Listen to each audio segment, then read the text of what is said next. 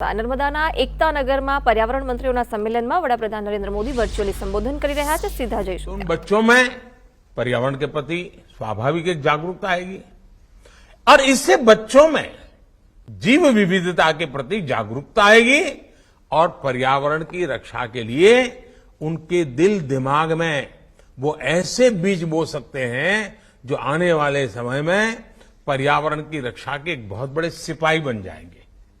इसी तरह अब जैसे जो बच्चे हमारे समुद्री तट पे हैं या नदी के तट पे हैं, वहां बच्चों को ये पानी का महत्व, समुद्र की इकोसिस्टम क्या होती है, नदी की इकोसिस्टम क्या होती है, वहां ले जाकर उनको सिखाया जाए मछली का क्या महत्व होता है, मछली भी किस प्रकार से पर्यावरण की रक्षा में मदद कर रही है। सारी बातें उन बच्चों को लेकर के समझाएंगे। काम तो शिक्षा विभाग का होगा, लेकिन पर्यावरण के विभाग के लोग तो आप देखिए पूरी नई पीढ़ी तैयार हो जाएगी। हमने अपने बच्चों को, आने वाली पीढ़ियों को पर्यावरण के प्रति जागरूक भी करना है, संवेदनशील भी करना है। राज्यों के पर्यावरण मंत्रालय को इससे जुड़े अभियान शुरू करने चाहिए, योजनाएं बनानी होगी। अब जैसे किसी स्कूल में फल का कोई पेड़ है तो बच्चे उसकी जीवनी लिख सकते हैं, पेड़ की जीवनी लिखें। किसी औषधीय पौधे के गुणों के बारे में भी बच्चों को निबंध लिखवाया जा सकता है, वक्तृत्व स्पर्धा की जा सकती है। हमारे राज्यों की यूनिवर्सिटीज और लेबोरेटरीज को भी जय अनुसंधान इस मंत्र पर चलते हुए पर्यावरण रक्षा से जुड़े इनोवेशंस को सर्वोच्च प्राथमिकता देनी होगी।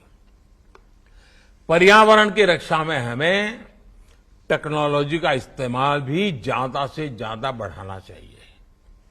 जैसे जो वनस्थान है, जंगल है, उनमें जंगलों की स्थिति का निरंतर अध्ययन बहुत जरूरी है।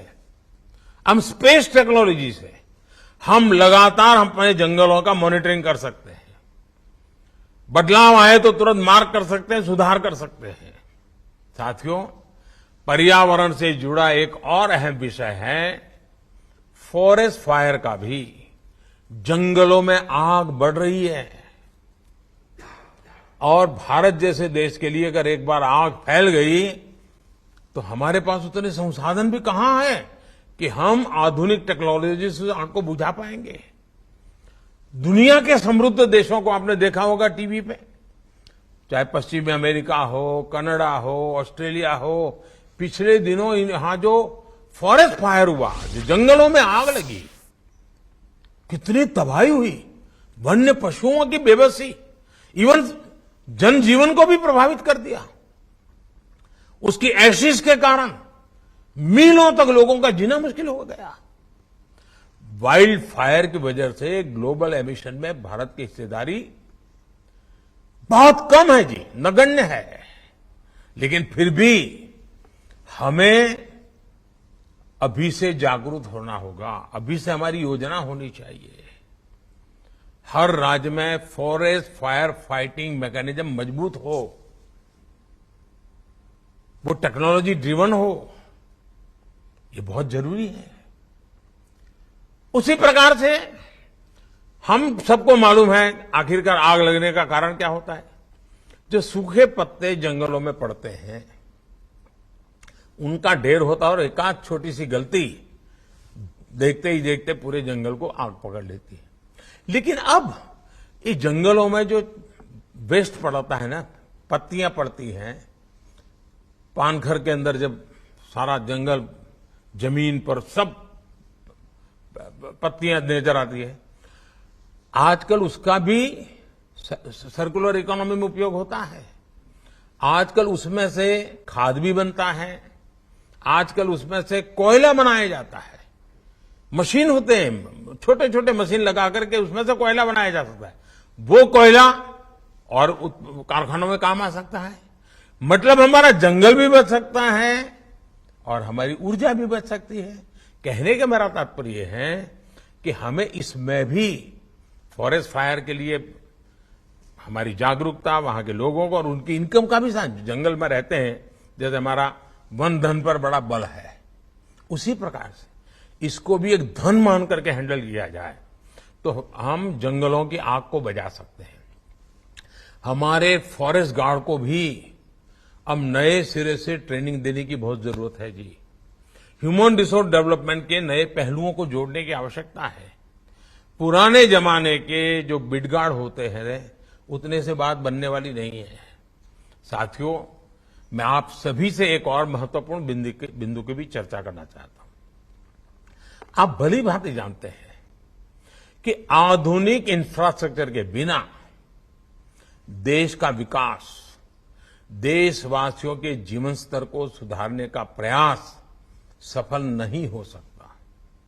लेकिन हमने देखा है कि एनवायरमेंट क्लियरेंस के नाम पर देश में आधुनिक इंफ्रास्ट्रक्चर के निर्माण को कैसे उलझाया जाता था। आप जिस जगह पे बैठे हैं ना, ये एकता नगर में, ये हमारी आंखें खोलने वाला उदाहरण है। कैसे अर्बन नक्सलों ने, विकास विरोधियों ने इस इतने बड़े प्रकल्प को, सरदार सरोवर डैम को रोक के रखा था। आपको जानकर के हैरानी होगी साथियों, ये जो सरदार सरोवर डैम एकता नगर में आप बैठे हैं ना, इतना बड़ा जलाशय देखा होगा आपने, इसका शिलान्यास देश आजाद होने के तुरंत बाद किया गया था। सरदार वल्लभ भाई पटेल ने बहुत बड़ी भूमिका निभाई थी। पंडित नेहरू ने शिलान्यास किया था। लेकिन सारे अर्बन नक्सल मैदान में आ गए, दुनिया के लोग आ गए, अपप्रचार किया, ऐसा ये पर्यावरण विरोधी है, यही अभियान चलाया और बार बार उसको रोका गया। जो काम की शुरुआत नेहरू जी ने की थी, वो काम पूरा हुआ मेरा आने के बाद। बताइए कितना देश का पैसा बर्बाद हो गया। और आज वही एकता नगर पर्यावरण का तीर्थ क्षेत्र बन गया। मतलब कितना झूठ चलाया था। और ये अर्बन नक्सल आज भी चुप नहीं है, आज भी उनके खेल खेल रहे हैं। उनके झूठ पकड़े गए, वो भी स्वीकार करने को तैयार नहीं है। अब उनको अब राजनीतिक समर्थन मिल जाता है कुछ लोगों का। साथियों, भारत में विकास को रोकने के लिए कई ग्लोबल इंस्टीट्यूशन भी, कई फाउंडेशन भी ऐसे बड़े पसंद आने वाले विषय पकड़ करके तूफान खड़ा कर देते हैं और ये हमारे अर्बन नक्सल उसको माथे पर लेकर के नाचते रहते हैं और हमारी हर रुकावट आ जाती है। पर्यावरण की रक्षा के संबंध में कोई कॉम्प्रोमाइज न करते हुए भी संतुलित रूप से विचार करके हमें ऐसे लोगों की साजिशों को, जो वर्ल्ड बैंक तक को प्रभावित कर देते हैं, बड़े बड़े जुडिशरी को प्रभावित कर देते हैं, इतना अपप्रचार कर देते हैं, चीजें अटक जाती है। मैं चाहता हूं कि हमें इन सारे विषयों में एक बड़ा होलिस्टिक अप्रोच अपना कर आगे बढ़ना चाहिए। साथियों, हमारा प्रयास होना चाहिए कि बेवजह पर्यावरण का नाम लेकर ईज ऑफ लिविंग और ईज ऑफ डूइंग बिजनेस के रास्ते में कोई बाधा ना खड़ी करे। कैसे बाधा बनती है मैं उदाहरण देता हूं। मैं गुजरात में पानी का संकट हमेशा रहता है। 10 साल में 7 साल अकाल के दिन रहते थे, तो हमने चेक डैम का बड़ा अभियान चलाया। हम चाहते थे फॉरेस्ट में भी पानी का प्रबंध हो, तो हम फॉरेस्ट में पर्वत की जो ढलान होती है उस पर छोटे छोटे, यानी डाइनिंग टेबल जितने छोटे छोटे छोटे तालाब बनाना, बहुत छोटे तालाब, 10 फुट लंबे हो, 3 फुट चौड़े हो, 2 फुट गहरे हो, और उसके पूरे लेयर बनाते जाना, ऐसे हमने सोचा। आप हैरान होंगे, एनवायरमेंट फॉरेस्ट मिनिस्ट्री ने मना कर दिया। अरे मैंने कहा भाई ये पानी होगा तभी तो तुम्हारा फॉरेस्ट बचेगा। आखिरकार मैंने उनको कहा अच्छा मैं फॉरेस्ट विभाग को पैसे देता हूं, आप चेक डैम बनाइए, पानी बचाइए और जंगलों को ताकत दीजिए। तब जाकर के बड़ी मुश्किल से मैं वो काम कर पाया था। मतलब हम एनवायरमेंट के नाम पर फॉरेस्ट में भी अगर पानी का प्रबंध नहीं करेंगे तो काम कैसे चलेगा। साथियों, हमें याद रखना है कि जितनी तेजी से एनवायरमेंट क्लियरेंस मिलेगी उतना ही तेजी से विकास, और कॉम्प्रोमाइज किए बिना ये हो सकता है। मुझे बताया गया है, आप सभी राज्यों के लोग बैठे हैं, आज की तारीख में एनवायरमेंट क्लियरेंस के 6000 से ज्यादा काम आपके मंत्रालयों में पेंडिंग पड़े हुए हैं। इसी तरह फॉरेस्ट क्लियरेंस के भी करीब करीब 6,500 प्रोजेक्ट, उनकी एप्लीकेशन आपके टेबलों पर लटकी पड़ी हुई है। क्या साथियों, आज के आधुनिक युग में, अच्छा वो भी 3 महीने के बाद क्लियरेंस मिलेगा, 6, तो कारण कुछ और है। हमें बिल्कुल कोई पैरामीटर तय करने चाहिए, निष्पक्ष भाव से करना चाहिए और पर्यावरण की रक्षा करते हुए क्लियरेंस में देने में गति लानी चाहिए।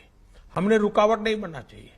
आप अंदाजा लगा सकते हैं, पेंडेंसी की वजह से हमारे प्रोजेक्ट लोगों को फायदा नहीं होता है, खर्च भी बढ़ जाता है, समस्याएं बढ़ जाती हैं।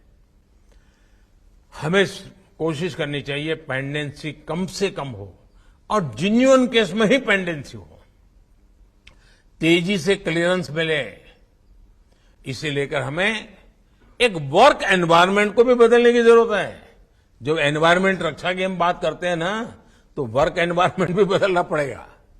मैंने अक्सर देखा है कि जिस प्रोजेक्ट को लंबे समय से एनवायरनमेंट क्लियरेंस नहीं मिल रही है, फॉरेस्ट क्लियरेंस नहीं मिल रही है, तो मैंने देखा है कि राज्य सरकारें मुझे चिट्ठियां लिखती है। कभी भारत सरकार के डिपार्टमेंट मुझे चिट्ठियां लिखते हैं कि फलाने राज्य में अटका हुआ है, कोई राज्य वाला कहता है भारत सरकार में अटका हुआ है। मैं उन ऐसे प्रोजेक्ट को प्रगति के अंदर लाता हूं और मैं हैरान हूं, जैसा ही वो प्रगति में आ जाता है, फटाफट राज्यों में भी केंद्र में भी क्लियरेंस शुरू हो जाता है। मतलब अगर एनवायरनमेंट के इश्यू होते तो क्लियरेंस नहीं होता। तो कोई न कोई ऐसी बातें हैं, ढीलापन है, वर्क कल्चर ऐसा है जिसके कारण हमारी गड़बड़ हो रही है। और इसलिए मैं आपसे आग्रह करूंगा कि हमें सबने मिलकर के, चाहे केंद्र हो या राज्य हो या स्थानीय स्वराज्य हो, ये डिपार्टमेंट हो आज वो डिपार्टमेंट हो, मिलकर के काम करेंगे तो ऐसी कोई रुकावटें नहीं आएगी। अब आप देखते हैं टेक्नोलॉजी का उपयोग हो रहा है। परिवेश पोर्टल आप सबने देखा होगा। परिवेश पोर्टल पर्यावरण से जुड़े सभी तरह के क्लियरेंस के लिए सिंगल विंडो माध्यम बना है। ये ट्रांसपेरेंट भी है और इससे अप्रूवल के लिए होने वाली भागदौड़ भी कम हो रही है। 8 साल पहले तक एनवायरनमेंट क्लियरेंस में जहां 600 से ज्यादा दिन लग जाते थे, याद रखो दोस्तों, पहले 600 दिन से ज्यादा समय लग जाता था क्लियरेंस में,